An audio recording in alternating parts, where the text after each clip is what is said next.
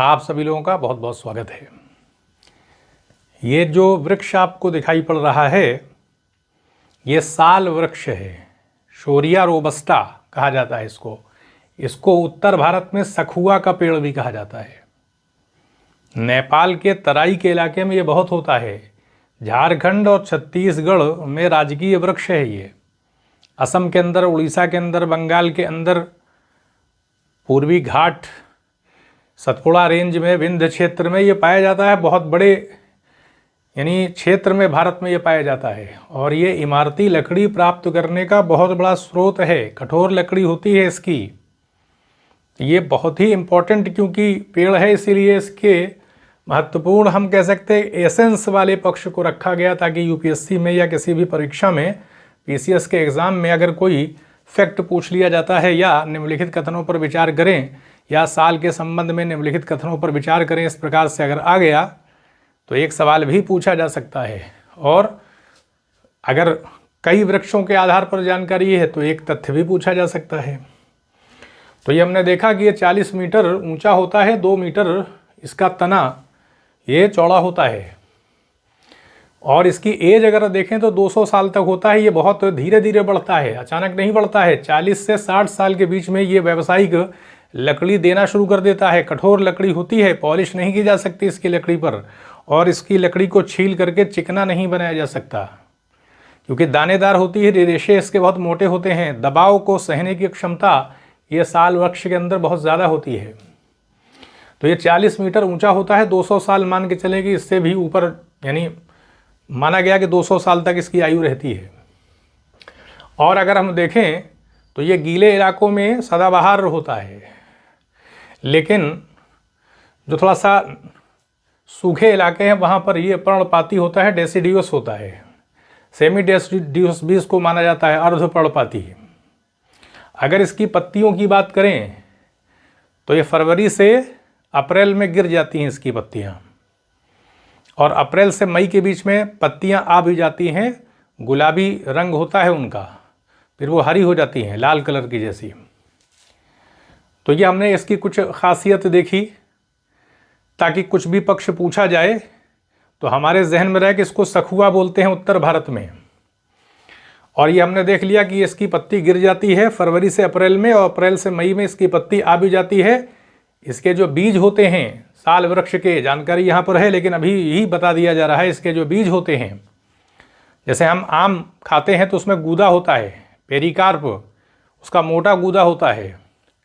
तो ये नट के उसमें इसका बीज एक छिलके में बंद होता है, यानी एक इसका जो पतला छिलका होता है उसका पेरिकार्प ऊपर वाला, और उसमें ये बीज बंद रहता है।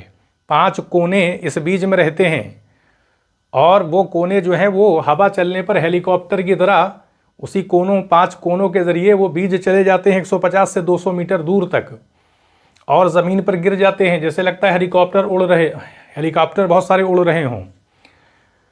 और बीज के साथ एक ये भी है कि अगर 1 हफ्ते से 2 हफ्ते में इसके बीज बारिश हो जाती है तो फिर उगेंगे, वरना वो फिर डेड हो जाते हैं, समाप्त हो जाते हैं। ये भी इसके बीजों की खासियत है। तो ये लंबे समय में ये वृद्धि लेता है, ये अचानक लकड़ी नहीं देने लगता। 40 से 60 साल के बीच में ये व्यावसायिक लकड़ी देता है। ये कठोर लकड़ी होती है। तो ये सदाबहार भी होता है, और ये डेसिडुअस भी होता है, पर्णपाती भी होता है ये। और इसकी पत्तियां गुलाबी कलर की होती हैं, जो झारखंड में सरहुल का त्यौहार होता है इसके फूल आने पर मनाया जाता है झारखंड में। अगर हम भारत में देखें तो कहाँ कहाँ ये पाया जाता है, थोड़ा सा विस्तार भी पूछा जा सकता है। तो अगर हम देखें कि कहाँ कहाँ ये भारत में पाया जाता है, तो ये एक्सटेंड करता है छत्तीसगढ़ और झारखंड में, तो ये राजकीय वृक्ष ही है। असम में है, बंगाल में है, उड़ीसा में है, और west to the Shivalik hills है इन हरियाणा, और ईस्ट ऑफ द यमुना में भी है। The range also extends through the eastern ghat भी है, and to the eastern Vindhya and Satpura, यानी काफ़ी बड़े इलाके में सेंट्रल इंडिया में भी ये जो इसकी रेंजेस होती हैं तो ये पाया जाता है पेड़। अब इसकी आगे कुछ खासियत देखते हैं। नेपाल में अगर देखें तो ये तराई रीजन में बहुत बड़े एरिया में पाया जाता है, और स्पेशली शिवालिक हिल्स में अगर हम ये देखें तो सांस्कृतिक दृष्टि से देखा जाए, जो साल का वृक्ष होता है, इसको सखुआ भी कहा जाता है, वो विष्णु देवता से जोड़कर इसको देखा जाता है। 24वें तीर्थंकर महावीर स्वामी को ज्ञान की प्राप्ति इसी साल वृक्ष के नीचे हुई थी। महात्मा बुद्ध का जन्म साल वृक्ष के नीचे ही हुआ था। अगर देखें, साल is the one of the most important source of hardwood timber, इमारती लकड़ी प्राप्त करने का बहुत बड़ा साधन है, ये स्रोत है भारत में, क्योंकि इसके रेशे बड़े मोटे होते हैं और with hard course grand would होती है, दानेदार और खुरदरी टाइप की लकड़ी होती है, जिसको हम किसी भी इंस्ट्रूमेंट से चिकना नहीं कर सकते। रंबा या रंदा लगा के इसको चाहें कि चिकना कर दे तो नहीं हो पाता है, और पॉलिश भी नहीं की जा सकती कि इसके दानों में तेल भर जाता है, और वैसे भी इसके तने में तेल होता है, इसलिए पॉलिश भी नहीं हो पाती है। थोड़ा सा लाइट इन कलर होता है, हल्का, और ये बहुत सूटेड नहीं होता है प्लानिंग में, यानी प्लेनिंग की जाती है, यानी उसको काट करके हम चिकना कर दें तो नहीं हो पाएगा, और पॉलिश भी नहीं कर सकते। तो फिर इसकी लकड़ी आप देखें तो दरवाजे और खिड़कियों के लिए ज़्यादा काम आती है, पुल बनाने के भी काम आती है, रेलवे के स्लीपर बनाए जाते हैं, जहाज़ के को बनाने में भी, पहले नाव को बनाने में भी इस्तेमाल किया जाता था। इसकी लकड़ी में नमी नहीं आ पाती, दीमक इससे प्रभावित नहीं हो पाती है, कीड़े नहीं लग पाते इसकी लकड़ी में, इसलिए ये वृक्ष इतना इम्पोर्टेंट है, इसीलिए इसको रखा गया है। क्योंकि यूपीएससी में जो चीज़ें ज़्यादा इम्पोर्टेंट होती हैं उनके बहुत सारे पक्ष भी होते हैं, जो चीज़ इम्पोर्टेंट होगी और फिर उसको जानना ज़रूरी है, तो यहाँ पर एसेंस रखा गया है। एक कोशिश की जा रही है कि मदद हो सके, और ये एग्ज़ाम जब तक होगा तब तक काफ़ी कुछ जानकारी इसको ज्योग्राफी की प्लेलिस्ट में रख दिया जाएगा।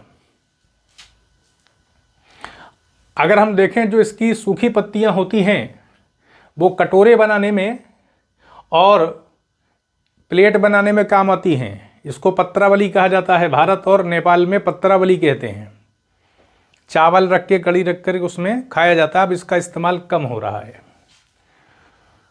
इसका जो रेजिन होता है साल का, यानी अगर उसमें कुछ कट लगा दिया जाए इसके तने में तो उससे एक राल निकलने लगता है, रस जो सूख जाता है, बहुत ही ट्रांसपेरेंट हो जाता है, पारदर्शी रहता है।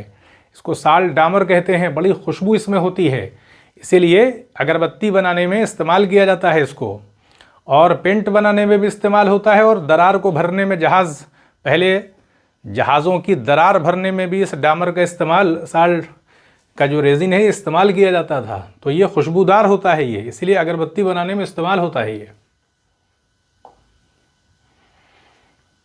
और इसके जो बीज हैं वो बता ही दिया है कि इसके खोल एक नट टाइप का बीज होता है।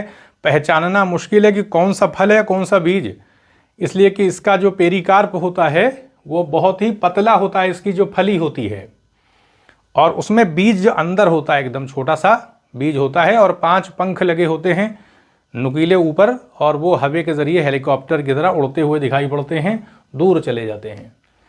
जो इसके बीज होते हैं उससे लैंप ऑयल और वेजिटेबल फैट रिफाइन करके, मतलब ये बनाया जाता है, लैंप ऑयल के रूप में भी इस्तेमाल होता है वेजिटेबल फैट के लिए, यानी कुकिंग ऑयल, और इसको रिफाइन करते हैं तो कुकिंग ऑयल के तौर पर इस्तेमाल किया जाता है। तो इसलिए सारी महत्वपूर्ण बातें रखी गई हैं कि वो पूछी जाती हैं। तो ये हमने देखा कि बहुत तेज़ी से बढ़ता नहीं है, 200 साल माना जाता है इसकी एज होती है, 40 से 60 साल के बीच में ये व्यावसायिक लकड़ी देना शुरू कर देता है, बहुत कठोर इसकी लकड़ी होती है। तो ये आपके सामने जानकारी थी। इसी तरह से जो चीज़ें बहुत ज़्यादा इंपॉर्टेंट होंगी उनको एक प्लेलिस्ट के अंतर्गत रखते हुए जानकारी दी जाएगी, ताकि एग्ज़ाम से पहले बहुत सारी चीज़ें, जब इस तरह से छोटे छोटे वीडियो लगातार बनाए जाते रहेंगे तो बहुत सारे वीडियो हो जाएंगे, और जो हमारे लिए मतलब सफलता में बहुत महत्वपूर्ण उनकी भूमिका हो जाएगी। कभी कभी क्या होता है कि ये तो हमारे अपने उस पर है ना, अनुमान के ऊपर है कि हम क्या चीज़ जज करके प्रस्तुत करते हैं। 100 सवाल आते हैं तो उसमें हमारे अपने मूल्यांकन अनुभव का भी बड़ा योगदान हो जाता है कि कहाँ से हम जानकारी ले रहे हैं, क्या पढ़ रहे हैं। तो इसलिए ये कोशिश रहेगी कि एग्ज़ाम से पहले काफ़ी कुछ दे दिया जाए, छोटे छोटे वीडियो बना के इसी तरह से महत्वपूर्ण स्रोतों के आधार पर, ताकि कोई ऐसी जानकारी ना आ जाए असंगत, तो फिर इससे मदद मिलेगी। तो चैनल को आप सब्सक्राइब कर सकते हैं ताकि कभी नोटिफिकेशन आए तो आप देख सकते हैं। तो सब्सक्राइब करने से कुछ जाता तो है नहीं। तो एक कोशिश है मदद की, ताकि जो एस्पिरेंट तैयारी कर रहे हैं वो अपनी ज़िंदगी में कामयाब हो सके। और यही सबसे बड़ी एक कोशिश भी होती है कि जो हम टारगेट लेके चल रहे हैं वो हम उसको प्राप्त कर लें। तो इसमें एक मदद के तौर पर एक छोटा सा प्रयास है ये। तो यहीं पर अनुमति दें। आप सभी लोगों का बहुत बहुत धन्यवाद।